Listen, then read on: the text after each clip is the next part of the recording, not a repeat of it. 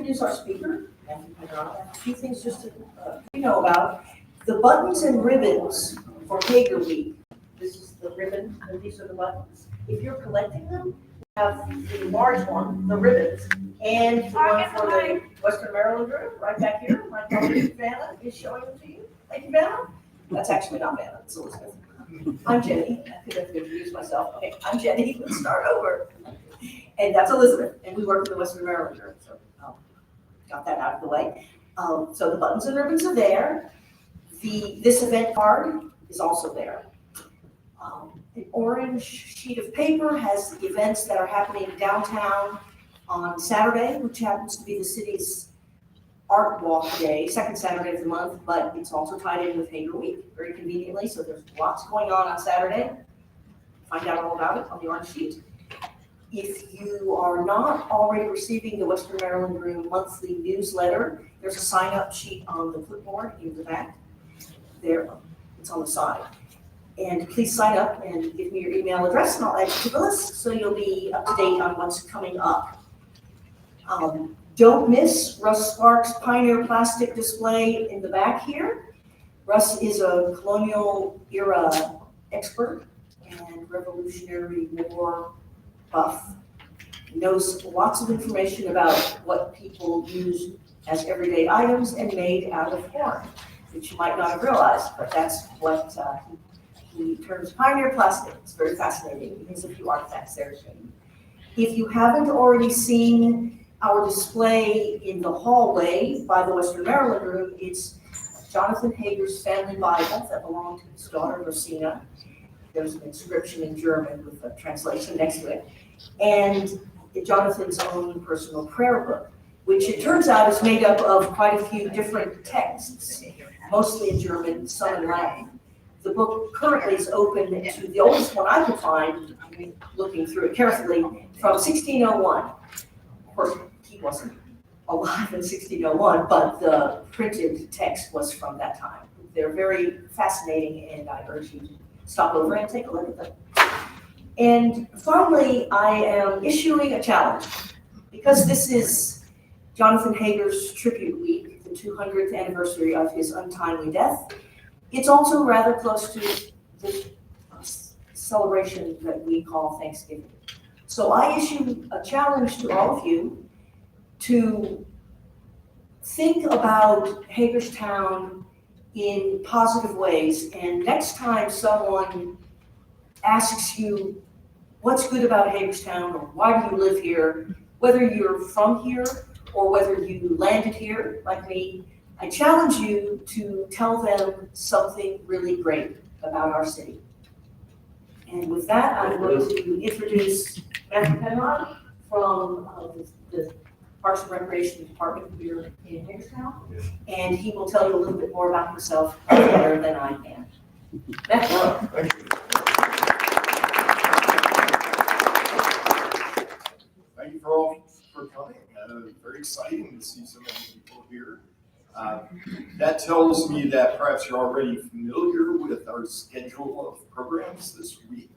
And hopefully you'll hit more of them. Tomorrow's going to be a really great program on genealogy at Christ Reformed Church. You might want to attend that if you're interested in family research. That's at 6 p.m. And remember the celebration of life at Zion Reformed Church Thursday on the actual 250th anniversary of Jonathan Hager's death. And that's really why we're doing all this. Jonathan Hager and his importance in this community, and just who was he, and why we should remember, well, this is the legacy. What is it about him that still lives today? And I'm going to give you a little background on myself first before I start into that. I actually was born and raised in Bay City, Michigan, most famous for being the birthplace of Madonna. So not quite as historic in that regard. But I was always interested in history, Civil War history in particular, and I got a job out of college with the National Park Service, and so I moved down here. My first job was in Antioch. And That was in 1987. So I moved here, didn't know where I was going to stay, actually slept in my car for a week because I didn't have a place to live. But I started working there and I was really moved. I'd never done work like that before. It was the beginning, ultimately, of a 32-year-long career with the National Park Service, where I worked here, I worked at C&O Canal, and I worked down at Arlington House, the Robert E. Lee Memorial. If you've ever been there in Arlington National Cemetery, it's a phenomenal place with a phenomenal history to it. This is where I met my wife, so there's a plus there. So after I retired, we moved back out here. And, I was thinking I'm going to retire, but I still want to, keep busy, maybe work a part-time job. And then I saw the announcement for a part-time tour guide at the Hager House. And I knew the Hager House was a little stone house in City Park, but I didn't know anything about the history. And I thought, yeah, okay. And so I went and applied, and fortunately I was hired. And I was frankly blown away by the history of it, especially this man, Jonathan Hager. I had no idea just what a significant figure he was in Maryland history. There's so many ways to look at Jonathan Hager.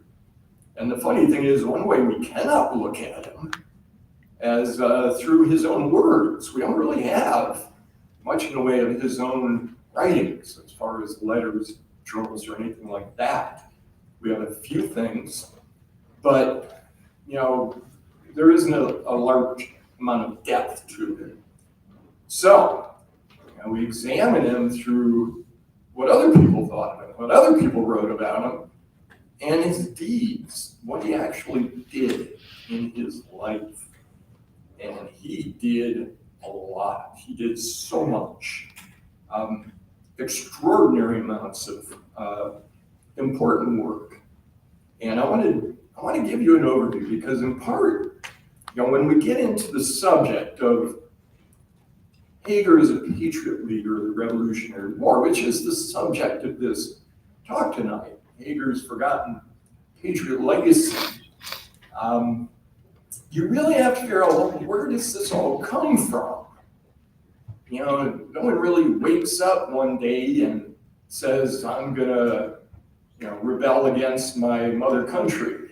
I mean, maybe they do, but I think most people they grow into it, or there's something there that motivates them. So what is it behind all this? And again, this is one of those mystery type of things because he didn't say it himself. We got to kind of put things together. And so in the 4 years I've worked there, I've done a lot of reading and research, and this is what I've come up with, okay? And first of all, we got to go back to Germany, because that's where he's from. He moved here to Maryland, to actually Philadelphia at first. In September 1736, he landed. He was one of a wave of German immigrants that were coming to America at the time. Ultimately, over 100,000 would come by the time of the Revolution. So they were being largely recruited by the British because the British were having a devil of a time trying to get people to come over the mountains to settle. For whatever reason, it was scary out here, or dangerous, or just plain too hard to work. And so when you look at a map of America, the colonies, say around 1700, about 99% of the population were hugging the coast. So the Appalachian Mountains were a huge barrier. So they needed people out here, though, because they were being threatened by France. France was up in Canada. France had controlled the Great Lakes. France had pushed down the Mississippi River. France had more land in North America than England did. And France, the age-old enemy of England, they were greatly at odds. And so the English desperately needed to get people out here onto the frontier. So they looked at the Germans. Now, at that time, there was no such thing as Germany. There were just a number of principalities. And the German people did exist, of course, largely Protestant, having been reformed by Martin Luther back a century or so, even before Hager's birth. And they had suffered enormous hardship, having been constantly attacked and persecuted by their Catholic neighbors in France and Spain. The Germans suffered tremendous hardship, famine, disease, suffering. And so when the British came to them and gave them this opportunity, cheap land, if you agreed to come out here, they jumped on it. Many died getting over here. But for those who did come here, in many ways, it was like paradise. The Germans were not afraid of hard work. And for them, building something out of this frontier was a tremendous opportunity. But make no mistake about it, they were German. They spoke a different language. They were not born as subjects of any king or queen of England. And so, how would they fit in? How would they mix with the English leaders of the colony and the large number of English settlers here as well? And I shouldn't leave out the Scotch-Irish too, because they were recruited to come over here in large numbers as well. Well, the Germans often kept to themselves. They named their homes, they named their towns after places back in their homelands. They were pretty much reticent to learn English. They mostly spoke German. So when Hager came here, he saw something. He saw an opportunity himself. He was 22 years old when he came here, all by himself. He didn't come with any family. 22 years old, across that ocean, dangerous ocean, to make a new life here. And after spending 3 years working around Philadelphia, probably to pay off debts that he incurred on his journey, he ventured out across the mountains. Now, it's kind of a funny thing. When you look at the Appalachian Mountains, even here, South Mountain, it's imposing. You go north a little ways, it's not quite as imposing once you get up into Pennsylvania. But it's funny, for so many of these Germans who are coming west through southern Pennsylvania, they had options. And how many would turn south before they came to the mountains? How many wouldn't even dare to venture over the mountains and end up settling down closer, well, Germantown, Maryland, but also Frederick. I like to think that the hardiest of them came over the mountains to come over here. And when Hager came here in 1739, there were very few people living here. Maybe a couple hundred people at most living in the vicinity of what we consider Hagerstown today. Primarily German immigrants, some English, but primarily Germans like himself. There were no towns within 50 miles in any direction. So this was true frontier. However, there were possibilities. Hager, like I said, learned English, and that was very wise, very astute of him, because it instantly made him a very important man in the community. He could be the go-between between the German speakers here and the English leaders of the colony and other settlers in this area. A problem solver, a man who was always ready to help his fellows. And in fact, one of the hallmarks, one of the things that people who knew Hager commented on frequently was how much he believed in helping others and building community. That seemed to be something that he believed in greatly right from the beginning. He was a trader. Now, when he first bought his property, what we call the Hager House, which he named Hager's Fancy, which I love, which I think should be the original name of the town in my mind. And maybe we could go back to it sometime. Hager's Fancy. but the name of his first home here. He considered himself a farmer. He wasn't sure exactly what he was going to be doing, it seemed, except he had been apprenticed in Germany as a blacksmith and as a gunsmith. Very important skills out on the frontier. And as far as we know, there were very few, if maybe none, other blacksmiths working in this immediate area when he came here. Another thing that made him immediately important to the community. And so he became a trader. He would start using his skills as a blacksmith and a gunsmith to trade with the farmers in this area, but in particular, he jumped into the fur trade because he saw the fur trade as being the gold rush of the day. It really was. Furs were everything. Furs fueled the growth of the British Empire, especially beaver wool felts.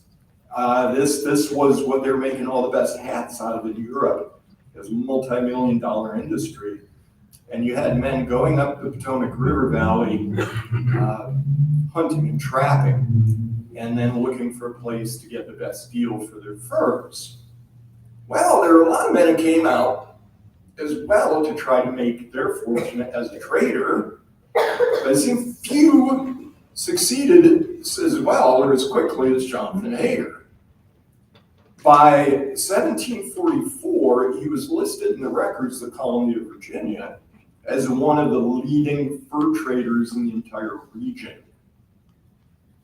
4 years, he went from not knowing what he was going to do and considering himself a farmer to one of the most successful fur traders around. Now, this is initiative, but it was hard work. It was coupled with a lot of hard work. And he spent a lot of time, likely traveling out into the frontier himself, learning the Potomac River Valley and understanding this region as best he could. Now, of course, he also married a young German woman named Elizabeth Kirschner. And she had come over from Germany a couple years or so before he did with her family. They married, he was 25, she was 15. And Elizabeth Kirschner would be his only wife, the love of his life, you can think. He named his town after her, which he ultimately founded in 1762 on land that he personally purchased. This was his town.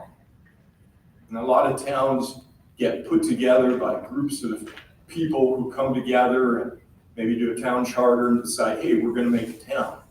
Hager did it himself. He spent years buying up land. All this downtown area, including where we're sitting right now, was his original. And so it was his vision. It was his unique vision. And Hager was the first guy that I can find that kind of saw the obvious, put two and two together, and realized there is something really special about this location we're in. The Potomac River Valley at that time was viewed as the gateway to westward expansion. This was the path they felt that leaders of Pennsylvania, Maryland, Virginia all believed was the gateway to expanding their colonies, to the growth out towards the Ohio River Valley, to the Great Lakes, especially, that this was the future. And we're right in the middle of it right here. But we also sit on what was called the Great Native American Trail or the Great Warrior Path. You call it by different names. It's been known by different names. We call it today Route 11. Not as colorful a name. But one of the oldest, most important roads in American history. It had been used for thousands of years, likely, by indigenous people to migrate between northern Georgia and northern Pennsylvania seasonally to escape the harshest weather conditions of each region. And they kept moving up and down, sometimes stopping, fishing, hunting, resting, and before moving on. There were no permanent settlements in this immediate area, but there were certainly many transient settlements over the years. And so during that period, they had beaten down, widened, and hard-packed what amounted to an interstate highway for 500 miles that the colonists probably couldn't believe their luck when they saw it. It's a perfect wagon road. And they didn't even have to build it. And you know, it was tough going across the mountains. The Appalachian Mountains are they're no small thing. Even though they're say smaller than the Rockies, they were a significant barrier for people trying to move wagons and such with no existing roads. So the idea then was just get across the mountains any way you could, get on that road, that Native American road, and it's clear sailing any which way you want to go. Well, ultimately, the most significant of the wagon roads that ultimately was built from southern Pennsylvania came to Rouserville and what's now Smithsburg, and would Monterey Pass, and would essentially intersect with the Native American road, roughly where the traffic circle is for City Park, the entrance to City Park is. And it just so happens that's the land he bought. So right away, he had an eye for real estate, you could say, and he saw the potential there. If you're going to ultimately open up a business, a trading post, you put it on Main Street. That used to be the saying, and so that's what he did. But over the years, he quickly came to realize that there was something beyond that was special. This was a crossroads. This wasn't just two disconnected things, a wagon road and a river valley.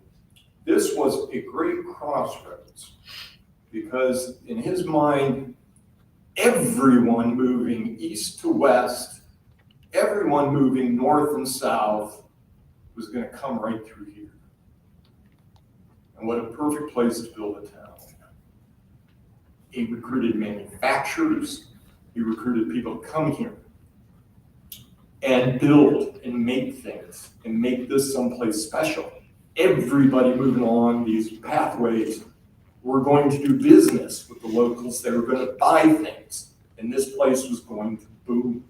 And ultimately it did. It's another lecture, but this boomed in a very great way over the next 150 years or so. But Hager's the guy who saw it, and he's the guy who acted on it. So I think it was the first President Bush said, you got the vision thing. Well, Hager had the vision thing, but how many people have the vision thing, but they also can put it into action? That's what Hager did. Now, before he even got to that, though, there was a big hiccup in his plans. The French and Indian War would come about. Now, the French and Indian War would be the great struggle between these two European powers to control North America. England wanted it. France had most of it, as I mentioned.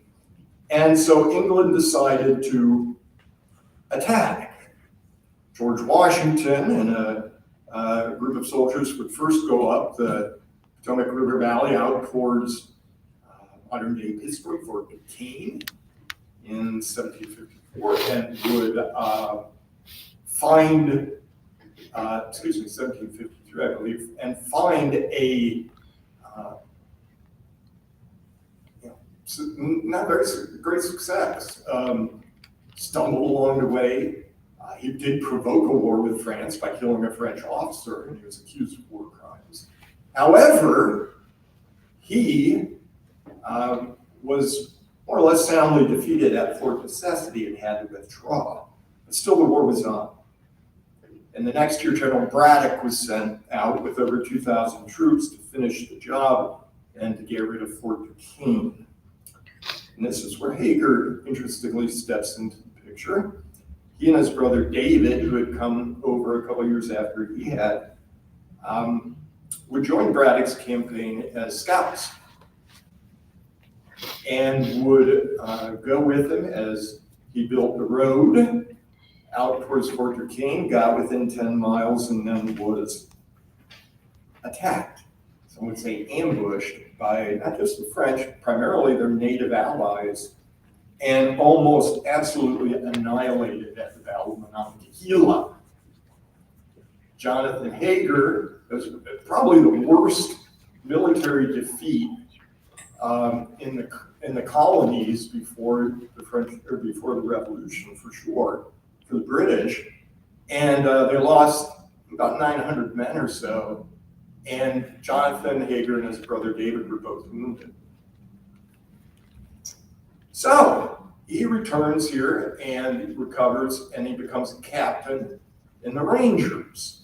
Along with other men in this community, German-American men, they would serve out at Fort Frederick, patrolling the frontier and doing their duty. And for Hager, this is the thing to understand about Hager. Hager was one of these guys, again, he always seemed to be a couple steps ahead of a lot of people. And we like to think of this idea that, we're the great melting pot as a nation, that people would come here from all around the world and they would become something new. They would become American. And in many ways, that's what Hager did when he came here, and he learned English, and he began his role in building a community. He was no longer simply a German or German-American. It's noteworthy that he named his first home in English, Hager's Fancy, specifically going against the German tradition. So he saw himself already as something new in America. And he served the British loyally. He felt that was his duty. But like so many Americans who did that during the French and Indian War, he would quickly feel betrayed once that war ended. When the treaty was signed between France and England in 1763, ending hostilities and, like I said, turning over the majority of North America to the English. The English decided that was such an expensive war. The colonials were pulling their weight. They needed to contribute more to their defense. And so the British started coming up with schemes of taxation. The first and the most significant of those, 1765, just 2 years after the ink was dried on the Treaty of Paris ending the French and Indian War, the British would issue the Stamp Act.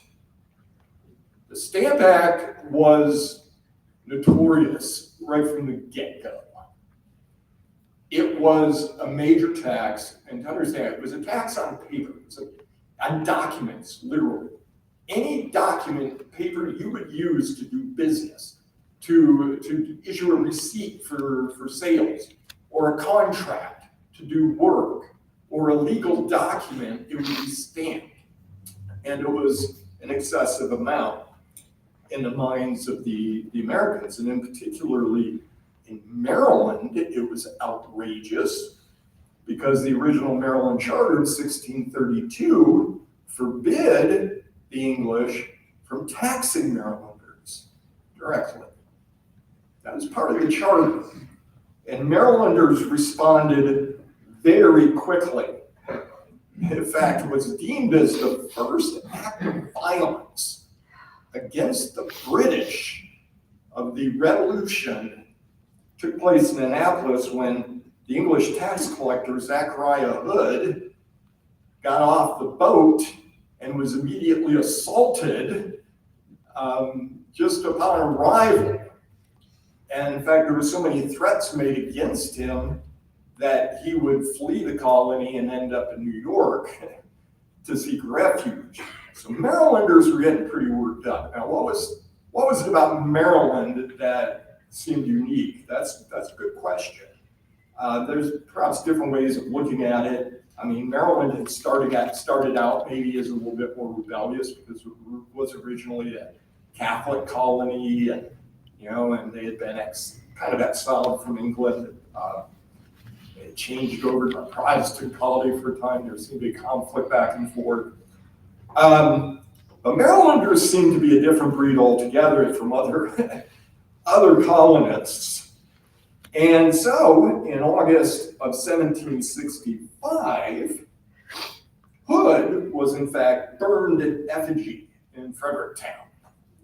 Now, by this time, there were two primary towns in Frederick County, and we were part of Frederick County, remember? And Frederick County basically made up all of what's currently Frederick County and went all the way to the westernmost boundary of Maryland. And Elizabethtown and Frederick were the two primary towns. But on different sides of the mountain, so different geographical locations and perhaps different, priorities in different ways as well. In October, the Sons of Liberty of Frederick were formed, Frederick County, led by Thomas Cresap. Now, you may know that name. Thomas Cresap, very much of a firebrand of a figure. He was the guy, he came here earlier than Hager and set up a trading post out at Longmeadow, but he didn't stay very long, and then he ended up going further west out towards Cumberland and started a place called Old Town and set up a trading post there, but he couldn't stay put. He moved around a lot. But this was a guy who liked to fight. I mean, he's the guy who picked the fight with Pennsylvania over the boundaries there. Claiming that the boundary of Maryland was up higher, I think it was like 20 miles higher, and Pennsylvania claiming it was 20 miles lower. And so they started shooting at each other, which caused the governments to react by hiring two men, Mason and Dixon, to sort it out and decide where the line actually was. But Thomas Cresap would ultimately, after in fact, the next action, would do something really dramatic, which I'll tell you about. And I want to couch this. I'm not talking a lot about Hager right now. I'm talking about a lot of bigger issues, but I want you to remember, Jonathan Hager had founded the town. Jonathan Hager was the proprietor of Hagerstown. In fact, he named it Elizabethtown, but everybody called it Hagerstown. If you lived on this side of the Blue Ridge Mountains, you lived over here, you knew who Jonathan Hager was. He was the primary figure. He was the main man. He was the person who was the leader of the community. So when these things are going on over here, even if he's not named or other names aren't mentioned, you can count on him being right in the thick of it. And that includes going over to Frederick. Now, in November, something very important happened. And it's a first of its kind. In November, the 12 justices of Frederick County they gathered in Frederick, and they decided they would not enforce the Stamp Act. They repudiated British authority to tax the people of this county. This was the first community in all of the colonies to stand up to the British, rebel against them, refuse to pay their tax. This is a big deal. The first community. This town was a part of it, and you can bet Hager was in the middle of that. November, and there was a big celebration, I should say. I want to read you a description of part of the celebration. This is fun, because they had a big party over in Frederick when this happened. And it was reported in the Maryland Gazette. The Stamp Act, having received a mortal wound by the hands of justice on Saturday, last gave up the ghost to the great joy of the inhabitants of Frederick County. The lifeless body lay exposed to public ignominy till yesterday, when it was thought proper, for preventing infestation from its stench, to bury it in the following manner. The Sons of Liberty the season at the home, or assembled at the home of Samuel Swearinger in the afternoon, and a coffin was taken up at 3 p.m. and they formed a funeral procession where the whole town turned out. And they marched Thomas Cresap, a coffin was put on a wagon, and Thomas Cresap was put, not Thomas Cresap,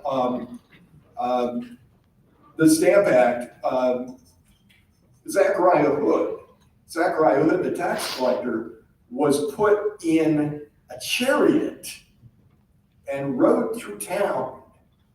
And the Maryland Gazette wrote up this really dramatic thing, and I like to think people who were involved in this participated in it, because it has all sorts of words, a description from Zachariah Hood describing what he was going through.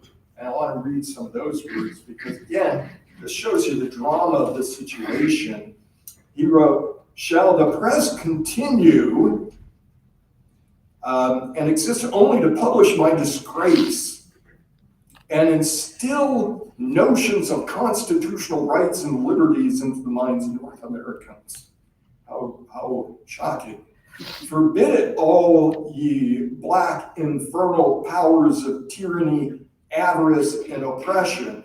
For to you I have devoted myself, besought. Your powers are arrested, and your dominion blasted by the bold sons of liberty, before whom I now stand." After this long, very emotional plea, it said Hood dropped dead. He wasn't even hanged. They had a gallows built. And again, this was all in effigy. They didn't really have Zachariah Hood, but they were going all out. Talk about living history. They're doing it. They're taking this guy all the way to the gallows. He's pretending to be Zachariah Hood. He drops dead. And then they all just have a big celebration as a result.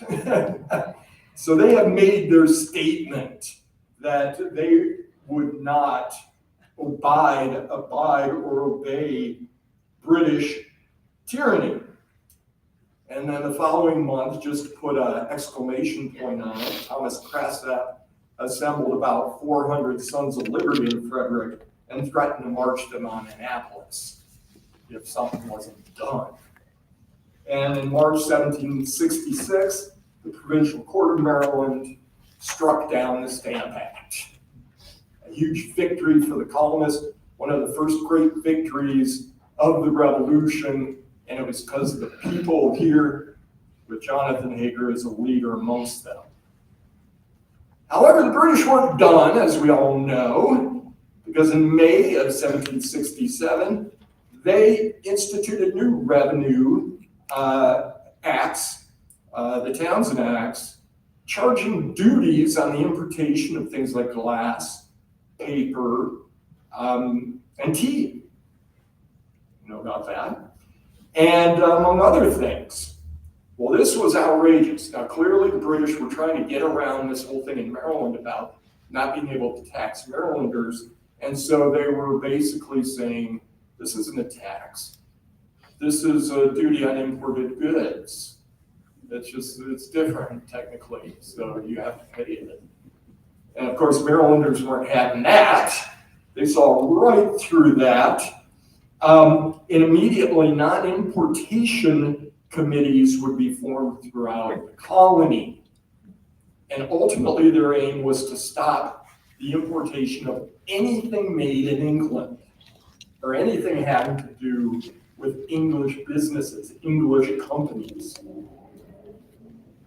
Okay, and in August of 1770, a meeting is held in Frederick of the leaders there to put a point on that as well. Now, something happens just years into the 1770s that's very curious in Jonathan Hager's life, because now all of a sudden he comes into this in a very big way. Not that he wasn't a part of it to begin with, but in 1771 he's elected to the General Assembly in Maryland, in Annapolis, in the lower house, the House of Delegates.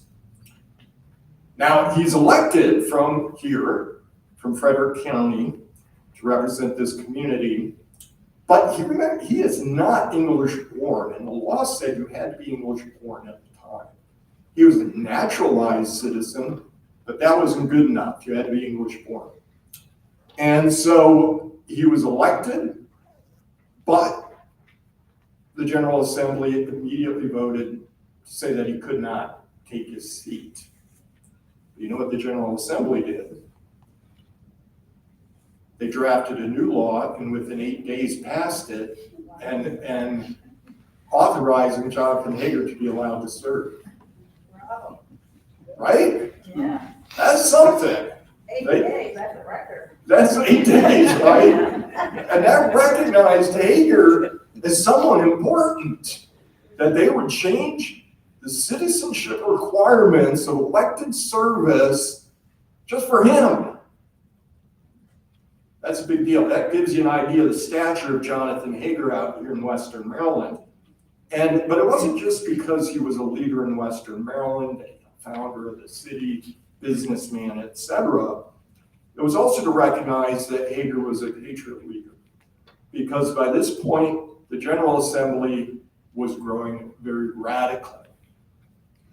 It was becoming very much against British taxes in general, and being part of the British Crown as well, to some degree. And Governor Robert Eden, was growing very frustrated dealing with the General Assembly. And so he decides that he can't get the General Assembly to go along with raising new taxes, so he decides to issue a proclamation where he himself is going to institute a new tax, essentially by executive order, we could say, or what they called at the time by proclamation. And this was ostensibly to pay public officers and the clergy in Maryland, but everyone knew what it was. It was a tax, and that was not going to be acceptable whatsoever. And so the hostility between the General Assembly, including Hager, and the governor grew more and more intense. And then in May of 1773, a couple of very big things happened. First of all, for a few months even before that, two citizens, unnamed citizens at the time in Maryland, leading citizens, began a debate in the newspaper, in the press, about the pros and cons of Governor Eden's proclamation. There was Citizen 1, who was opposed to it, Citizen 2, who defended it. And they went back and forth, back and forth. Now we know Citizen 1 was Charles Carroll, a great Patriot leader. The other was, the Citizen 2 was Daniel Delaney, founder of Frederick, a loyalist. Ooh, loyalist. Frederick. So this went back and forth, and it just happened. It wasn't coincidental that this was also an election year for the General Assembly. And in the midst of these debates, back and forth, an election was held. And overwhelmingly anti-Governor Eden, anti-proclamation candidates won. It was a sweeping victory for those opposed to the governor's powers. That included Jonathan Hager. He was reelected to the General Assembly. And so after that, Hager and the other three men who were elected into the new term of the General Assembly drafted a letter thanking Citizen 1, Charles Carroll. And I love this because this is the first thing we have in Hager's words regarding revolutionary subjects.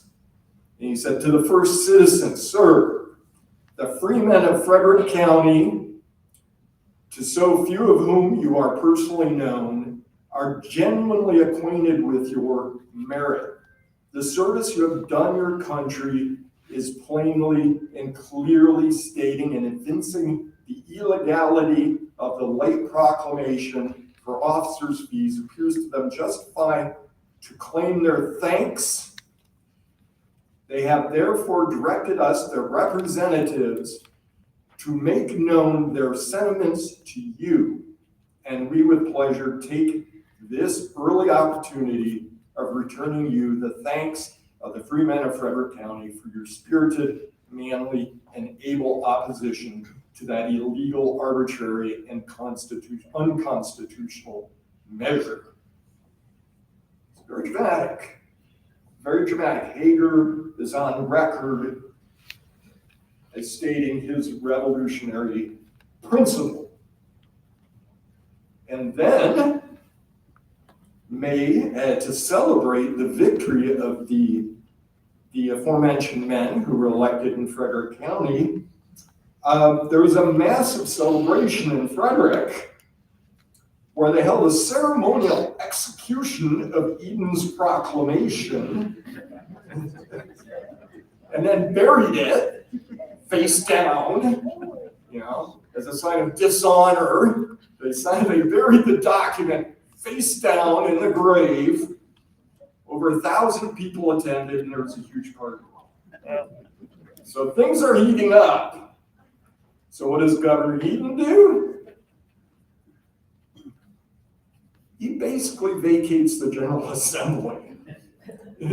He decides to dissolve it, sends them home, saying, "You no longer exist as a legislative body. I am now going to rule entirely by proclamation." Okay. Now, at the same time, England decides to offer kind of ease up on the tax on tea. And that was because the East India Company, which had the monopoly on transporting all these things, found that these non-importation rules that the colonists are enacting are very effective. Nobody's buying their tea, and they've got warehouses full of tea that's basically rotting. So they lobby the British government to ease up a bit on their tea tax so that they can start selling these again. And so the British offer to lower the tax on tea, not get rid of it, lower it. And you know what the response was to that? The Boston Tea Party. The colonists were like, "No, we refuse to pay any tax, period. You have no right to tax us." And that, of course, led then to the British cracking down on the city of Boston. And they issued the Intolerable Acts, which basically where they closed the harbor of Boston entirely to commerce. They would house troops in people's homes. They would do all sorts of things to oppress the people of Boston. And we know where that led. Ultimately led to the Boston Massacre. So things were heating up north of us. So what do the people here do? Well, something intriguing happens here. In June, the people of Frederick, the leaders of Frederick Town, gathered together, not Frederick County, but Frederick Town, gathered together and issue a series of resolves called the Frederick Resolves, which was, we resolve to do this, this, this, this, and this to oppose the British, and also to send money to relieve the people of Boston. Well, Elizabethtown issues its own resolves, and this is a big deal because this is one of the first times you see Frederick Town and Elizabethtown separated. And this is the beginning of the division of the county, where Washington County would be created 2 years later. So it originates with these actions, these rebellious actions that they're taking. Now, keeping in mind that nothing happens here again without Hager. This is the Elizabethtown Resolves, so he's in the thick of it. So I think it's worth reading a little bit of this. On Saturday, this appeared in the Maryland Gazette. On Saturday, the 2nd of July, 1774, about 800 of the principal inhabitants of the upper part of Frederick County, that was this side of the mountains, assembled at Elizabethtown, and being deeply impressed with a sense of the danger to which their natural and constitutional rights and privileges were exposed by the arbitrary measures of the British Parliament, do think it their duty to declare publicly their sentiments on so interesting a subject and to enter in such resolutions as may be the means of preferring their freedom.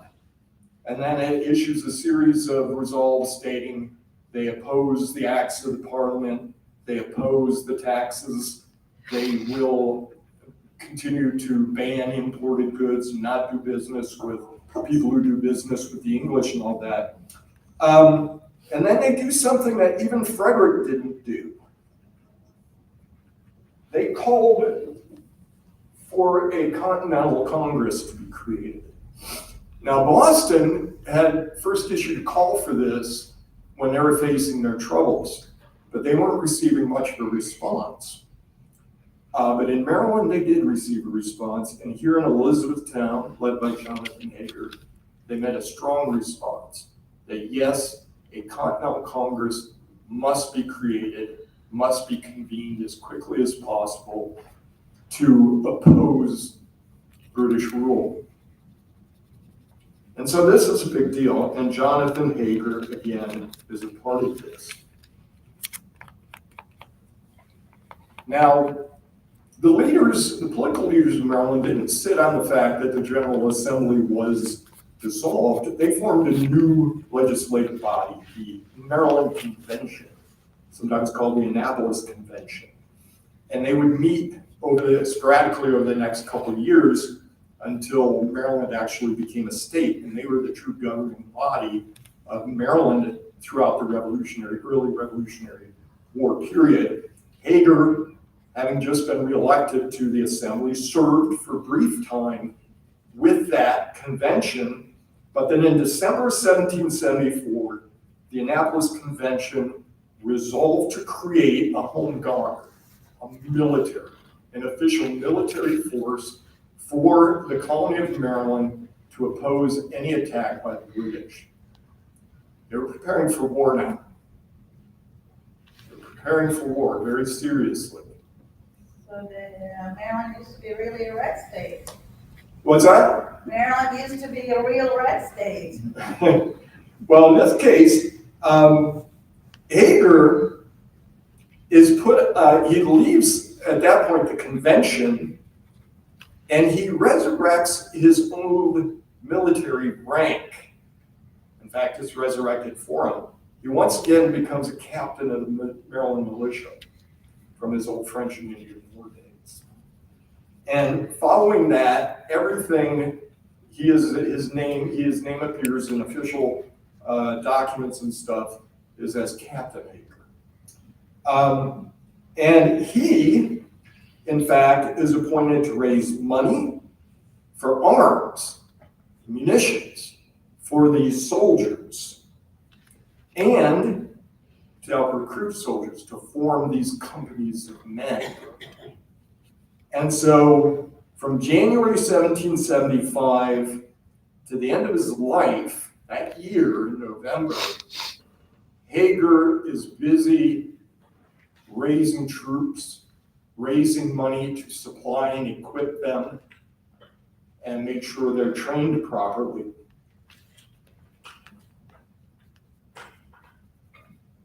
He is so trusted that as the people of this community are raising money, large amounts of money, not only to supply their own troops and to outfit them, but also to send to people of Boston for their relief, they choose Jonathan Hager to receive all those funds, and to hold them in trust for them to be spent. And so Hager is appointed to a new post, and that's the Committee of Observation. He's actually appointed to 4 different committees during this period. The Committee of Safety, the Committee of Correspondence, the Non-Importation Committee, and the newest one, the Committee of Observation. The Committee of Observation had the power to enforce all of these resolves and actions opposing the British government. So at one point during the war period, for instance, a wagon load of tea was seized from somebody who was doing business with the British, and the Committee of Observation ordered it destroyed, so it was burned in the center of town. So this is sending a message to everybody not to do business with the British. At the same time, these were hardcore patriots. And when I say hardcore, they are hardcore. That meant if you are able-bodied man, you are to enlist, period. If you do not support the patriot cause, you are shunned at best. You are chased out of town. You are punished. They don't want you here. This is a hardcore revolutionary community. And so Hager at the center of it. But Hager was not without a heart. In fact, one of the last things he did in his lifetime was to negotiate a compromise, because a number of religious communities in this area, including the Baptist Brethren, the Mennonites, who were very pacifist, refused to serve as soldiers. And there were those who wanted to punish them severely, take their farms away from them, for example, that sort of thing, to punish them. Hager refused to allow that. And so he would negotiate a compromise that would allow these pacifist, religious pacifist communities to support the cause financially or materially through food supplies or livestock in exchange for their military service. And so this issue died down quickly and would go away. So that would occur just a month before he died. And of course, we know Hager died on November 6, 1775. When you look at all of the actions that he took, all the prestigious positions he held, all the influence he had in the community, it is safe to assume that if Hager had lived longer, throughout the war perhaps, he would have risen to a position of great fame and importance as a revolutionary leader in Maryland. However, because of his early death perhaps, and because other people of Maryland, as well as the other colonies, would become famous, Hager would be largely pushed aside, perhaps, and forgotten. And in fact, even recent historians at the Hager House have suggested that Hager really didn't do much during the Revolution.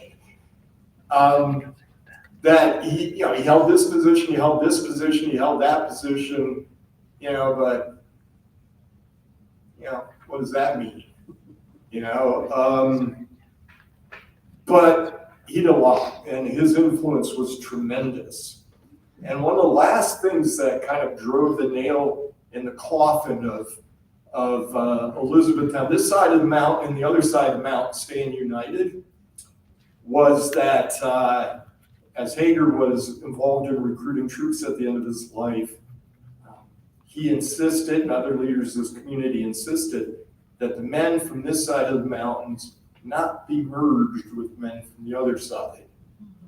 That they were from this community, they should serve together as a community and to serve in a separate company of soldiers, which they would ultimately do. After Hager's death, these men, after Lexington and Concord, would rush to the aid of Boston. Virginians get all the glory for the beeline march up to Boston. But the company of men from Elizabethtown were one of the very first, if not the first, one of the first 2 or 3 companies of men south of the Mason-Dixon line to fight the British at Boston. And the company of men from Elizabethtown would form one of the first 10 companies of the United States Army when it was created. So a tremendously proud legacy. And that company of men would be proudly labeled the Hagerstown Battalion. So I want to finish my talk there. I would love to take questions, elaborate on anything you might want to know more about, as much as I did talk for an hour. There's a lot I really wasn't able to get to, so. Well done. Yes.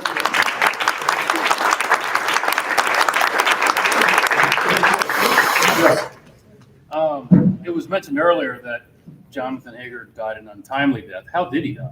Okay, good question. Yeah. Okay, so maybe it falls under the category of no good deed goes unpunished. One of his many character traits that was described by people who knew him was his generosity, and part of his belief in building community had to do with also being a benefactor to local churches. And he donated land and money for the construction of the Zion Reform Church up on Potomac and Church Streets. And he was a founding member of that congregation in 1770. It's not known whether or not Hager started out life as Reformed or what happened. It's quite possible, my son has a theory, that he was influenced by his wife, who was German Reformed, and that's as good a theory as any. But he joined that church, and he was there one day surveying construction, November 1775. They were raising a big log beam up into one of the towers, and it slipped its lines. And as it was coming towards him, the description is, Hager lifted up his walking stick to stop it. It shouldn't do any good. And I think even today, if a log beam fell on you, you're perhaps not going to survive that. He did not. It was an accident. It was totally an accident, for sure.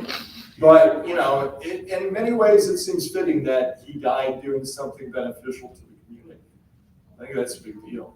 And that's, again, one of the reasons why we're doing our program there this Thursday, the actual 250th anniversary of his death. Other question? Yes, second, right behind that, second row.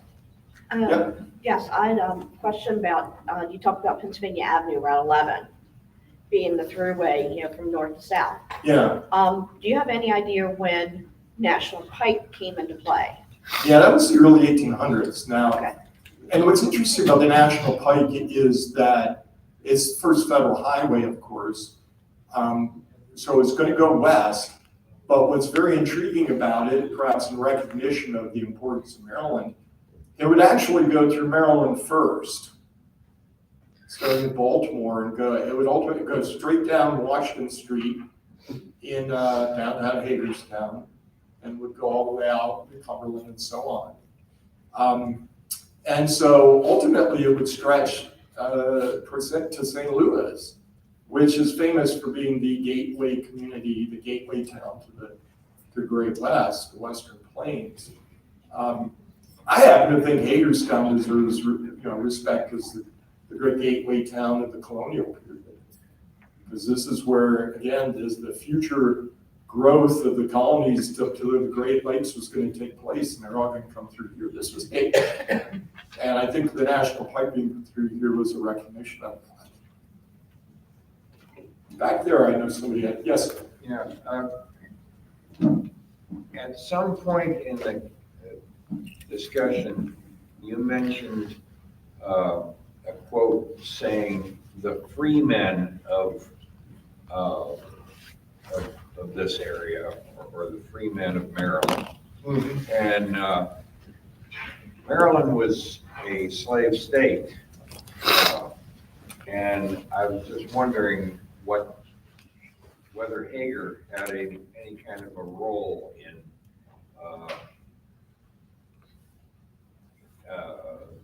any slavery being practiced in this area.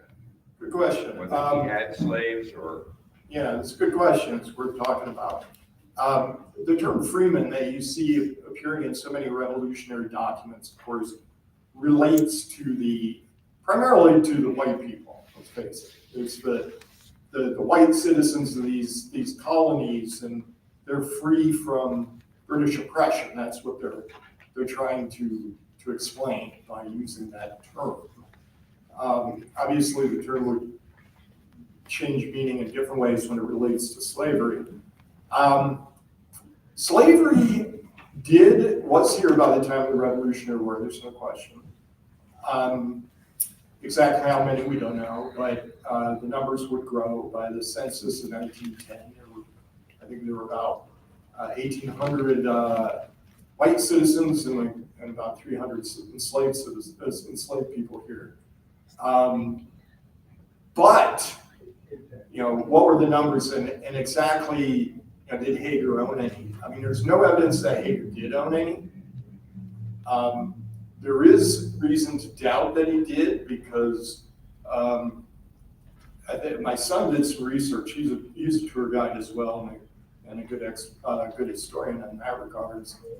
And he discovered that when there were discussions being made around the leaders of this community around the time of the Revolutionary War in regards to slavery, that I think it was according to the Rohr family, that Hager was one man among all the wealthy people of this county who did not own slaves. So what are we to make of that? I mean, that's obviously just somebody saying that, but there's no documentation of it. On the other hand, his daughter Rosanna, and her husband did own slaves, Daniel Heister Jr. But, we don't know of any connection between that and their father, so there's just no evidence of it. Yes? I had sort of a follow-up question. It was unearthed, pun intended, when the archaeology was being done at the log cabin on Jonathan Street, that it likely is remnants of, if not just the lumber, then the structure itself, a building that was on Jonathan A. Hager's property. And, often these old cabins would have been enslaved people's quarters. I wonder if you know of any maps of what his property looked like at some point, or if there's any information about those buildings. Just an interesting. When you talk about Hager's property, which property? All I know is a lot of properties, yes. So which one are you thinking about? I'm thinking of the log cabin at 417 Jonathan Street. I mean Hager's property. Oh, that's what I'm asking Oh, you you. mean he owned that property? Yes, the cabin that Yeah. is there at some point was included in, one of his properties. Yeah, I think I get what you're saying. Okay. I mean, when Hager bought the land that would originally be the town, we don't know of any specifics of any existing buildings. I'm not aware of that. There may have been, of course. He purchased this land from other owners. These could be leftover buildings from other owners, for example, and they just came with the property when he bought it. That's what I'm assuming, if that was the case. We know when on his property that was his original property that's now run by the city is the Jonathan Hager House and Museum property, that there were 3 buildings there. There were two what we call sari houses, which were small wooden structures with kind of thatched roofs on them, where tenant farmers lived while they were working there before Jonathan Hager bought the property. It was Daniel Delaney, who is an Englishman, as I mentioned earlier, founder of Frederick, a loyalist group. He was kind of a broker of land too for the royal governor, and he was granted a lot of land, and he negotiated a lot of land sales and that sort of thing. So he originally owned that property, and he rented it to people to farm on as tenant farmers. These old buildings existed, and then when Hager bought it, they came with it, and then once he built the stone house, he tore them down, as far as we know. But to be honest, I can't say with any certainty what the origin there is. They were talking about almost anything is possible, to be honest. So there doesn't exist any sort of information about, I guess I'm asking, how far back can we look at maps and find where things were? Well, this is where the Washington County Historical Society get involved in it. Carol, Okay. you can speak to that. Yes, we have the original plaque map Thanks. that's on vellum at the Washington County Historical Society. Okay. And so you can go down there and take a look at that and see it's all numbered, all the places that Jonathan Hager drew that out. Also, while I have your attention, my genealogy thing tomorrow night is at 7 p.m., not 6 p.m. Very good. And that is an opportunity for you to learn how to do your own tracing of your family history. Or if you're just looking up anyone else you have a name for, if you're trying to research other families in the community, you can learn a lot from Carol. So I recommend you go see her. It's at Christ Reformed Church on West Franklin Street. Very good. Way back. Did any of his children follow in his footsteps to public service? Indeed, yes. And one of the things that I didn't really have a chance to get into when we're talking about Hager's Patriot legacy was that after his death, his only son enlisted to fight. He had a son and a daughter. His wife had died by then, and he had a surviving son and daughter. And his son, who was like 20 years old, enlisted to fight. And his first action was up at the Battle of Long Island in New York. And if you're familiar with that battle, it's pretty disastrous for the Americans. But the Maryland troops, and we think actually he was part of a Pennsylvania regiment, they were there too, along with the Marylanders, kind of holding the line against the retreat, or while the American army retreated, and protecting the army from the British. And the Maryland troops, which included men that Hager enlisted and equipped, served at Long Island, were part of the Maryland 400, the famous immortal Maryland 400, who held the line against 20,000 British troops and Hessians at Long Island, allowing the American army enough time to escape and live to fight another day. And when Washington, he watched their fight from a distance with his rifle. It said he wept a bit. But they were immortalized. The Maryland 400, you can read about them. It's really a phenomenal story. But Hager's son was captured in that battle by the British and spent the rest of the war in British prison camps up in Nova Scotia. And the hardships of that, he survived, but the hardships of that likely shortened his life. He only lived into his mid-40s and died at the end of the century. But he came home as a proprietor of the town. But now without a struggle, because while he was up as a prisoner, his son-in-law, his brother-in-law, Daniel Heister Jr., conspired to get land away from him very sneakily, going up to the prison camp in Nova Scotia and having him sign documents while under duress, signing over rights to property. And then Daniel Heister had the nerve to tell Jonathan Jr. when Jr. survived the war and said he was coming back, and they needed to talk about their land, about his land. Daniel Heister had the nerve to tell him not to come because the people here are likely to tar and feather you. And that's because during the war, Jonathan Hager attempted many times to escape the British prison camps. And in one case, he and some other fellow American prisoners decided to take the British up on their offer that stated, if you agreed, in essence, to renounce your, rebellion, swear loyalty to the king, enlist in the British Army, and serve, you would be allowed to be liberated from prison. And so Hager Jr. and these men said, yeah, okay, we'll do that. And they did that. And as soon as they got an opportunity, they ran for it, trying to escape back to the American Army, and were caught. And Hager Jr. was actually imprisoned on the British prison hulk for a time, which looked Black Hole at Calcutta type stuff.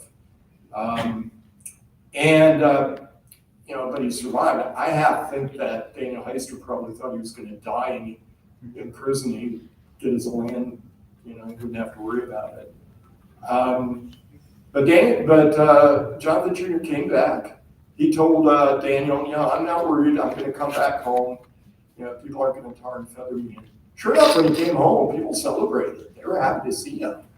They didn't hold anything against him. They understood what he had done.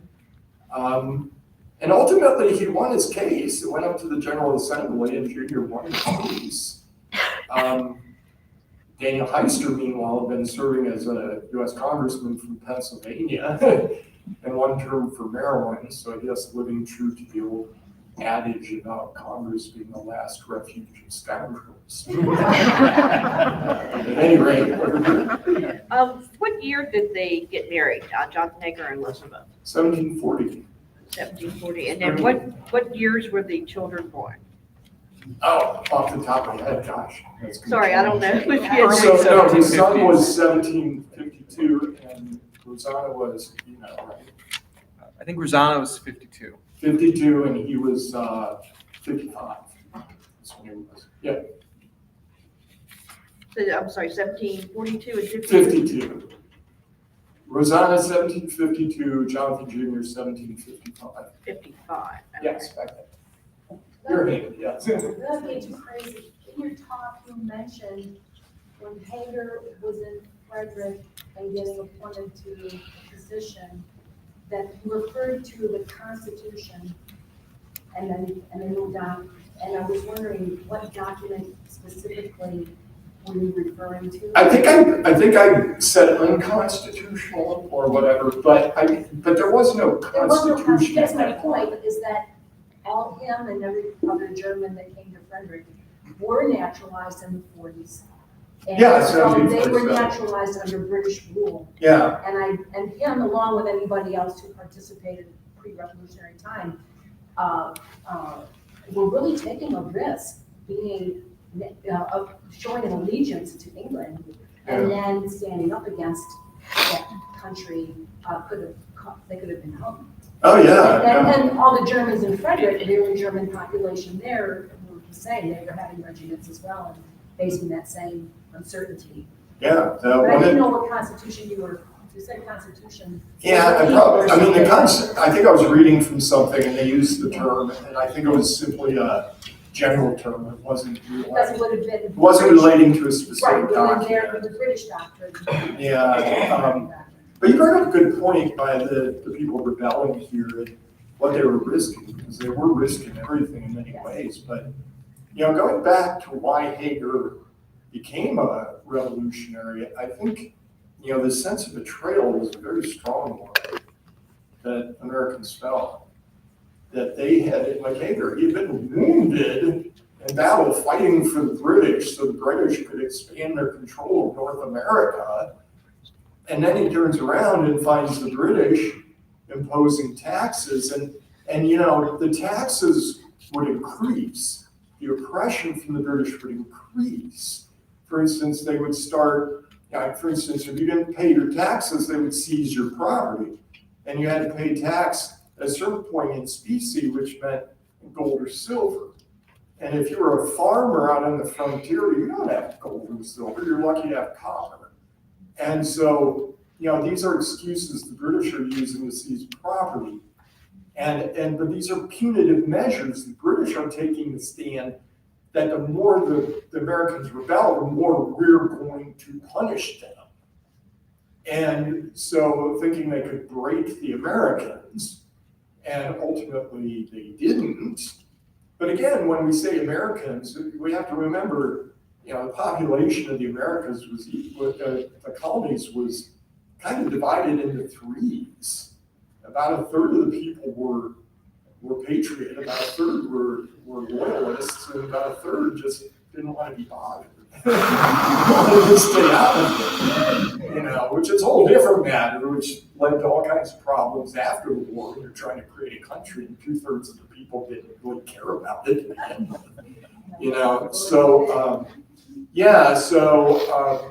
So this was, for Hager, I think it got very personal because Hager was a community builder. He did a lot, he invested a lot.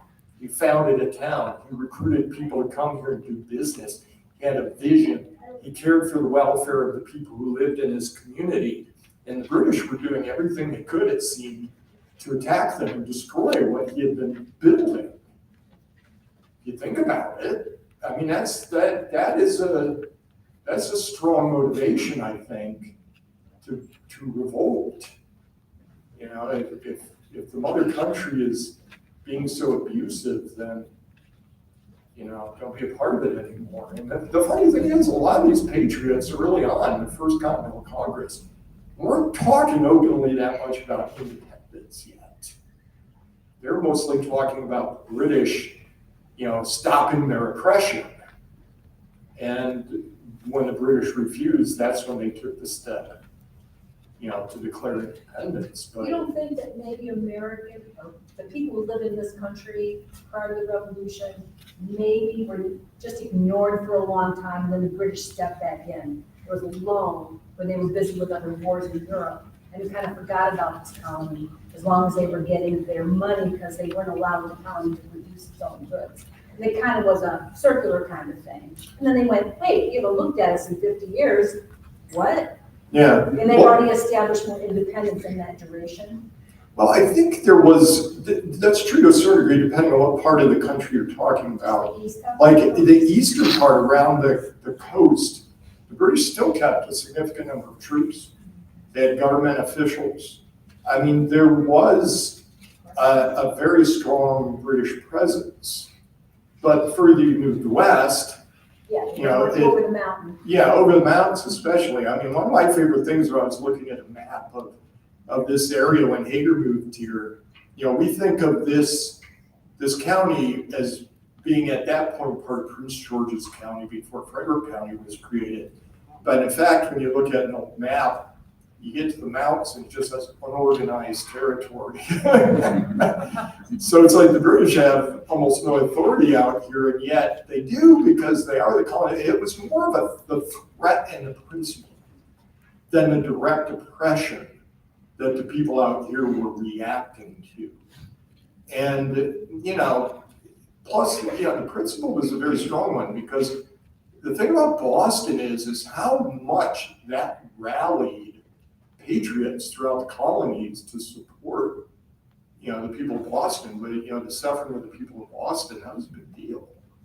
Now, I won't say all colonies, because not all colonies were necessarily all that intent. Further south you got, down in the Carolinas, for instance, and you saw more resistance towards opposing the British. But, and that's where the slavery question comes into it too, because they had a lot to lose. If the British are going to seize their property, they've got a lot more money invested. And arguably, they didn't become more believers in independence until the British started threatening to free slaves. So that's maybe a cynical look at it, but I think there is a certain amount of truth to it. Yes? What do we know about his family background and his education before he came here? Yeah, we know almost nothing. I'm not even joking. I mean, we don't even know exactly where he was born or what town in Germany he was living in when he decided to move here. It's all speculation. We don't know the names of his parents. The family Bible that exists here, which is a wonderful book, starts with him and his wife. Family Bibles typically are great family records, but there's no one in there before him and his wife. So, he's a mystery man. We don't have a portrait of him.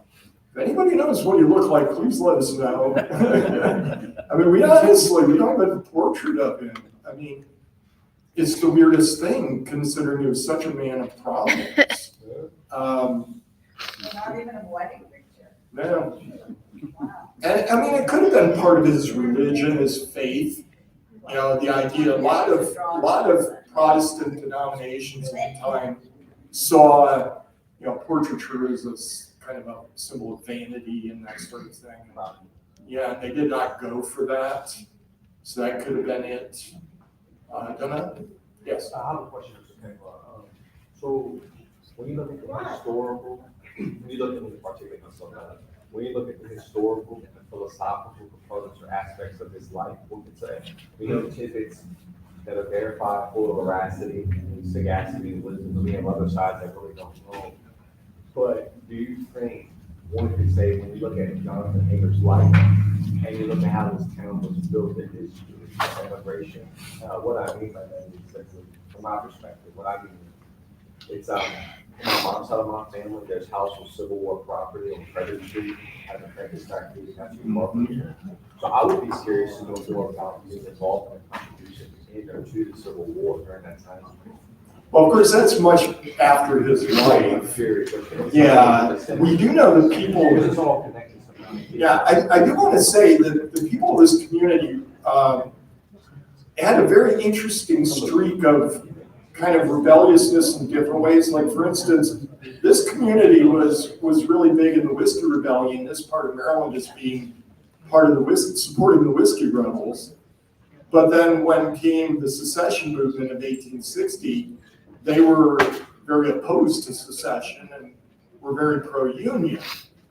And I think to a certain degree, a lot of that had to do with a number of the German religious communities here and that sort of thing. Not only were pacifists, but were anti-slavery. And so the slavery issue was very questionable as well out here in Western Maryland. So, I mean, I think Western Marylanders just have had a streak of being independent-minded as far as that goes. It's known as the wealthiest half of the American community in Maryland, so it's interesting how you touched upon that. I find that interesting. Yeah. The wealthiest, I think, Back there? Just he came along, and I visited the Hager House on Saturday or Sunday, I can't remember. And they said he did have a brother and a sister here. Well, he had a brother, David. Yes. And, yeah, David. And David died young too. He died in his 40s, probably from wounds he incurred during the Attic campaign. And that was the only family Yeah. in terms of from his. Yeah. But one of the curiosities about the name Jonathan Hager in this community around the time of the Revolutionary War, apparently another Jonathan Hager makes an appearance with the same spelling, and he's a tavern keeper and a miller, and he has a son named Jonathan Jr., just like Jonathan Hager. And it has confused historians a great deal, so we've kind of got it sorted out these days, but I have a feeling we need to wrap it up. One last question, anybody else? How did Elizabeth die? We don't know exactly how she died, but she died at the age of 40. She died after a period of severe suffering, according to her husband. That something, she had some illness or something that was extremely painful, and she suffered a lot in the last months of her life, but we don't know specifically what it might have been. But again, he named the town after her. He loved her very much, and I think if it was still up to him, it would still be named Hagerstown, or Elizabethtown, but because everybody called it Hagerstown, and as the town started to boom and grow in the early 1800s with the national pipe being put through here and doing trade with cities in different states and that sort of thing, it got confusing having two names for the city. So the city leaders decided in 1813 to go with the flow. You could say, don't fight the tide. Everybody calls it Hagerstown, so that's what they officially changed the name to. Thank you.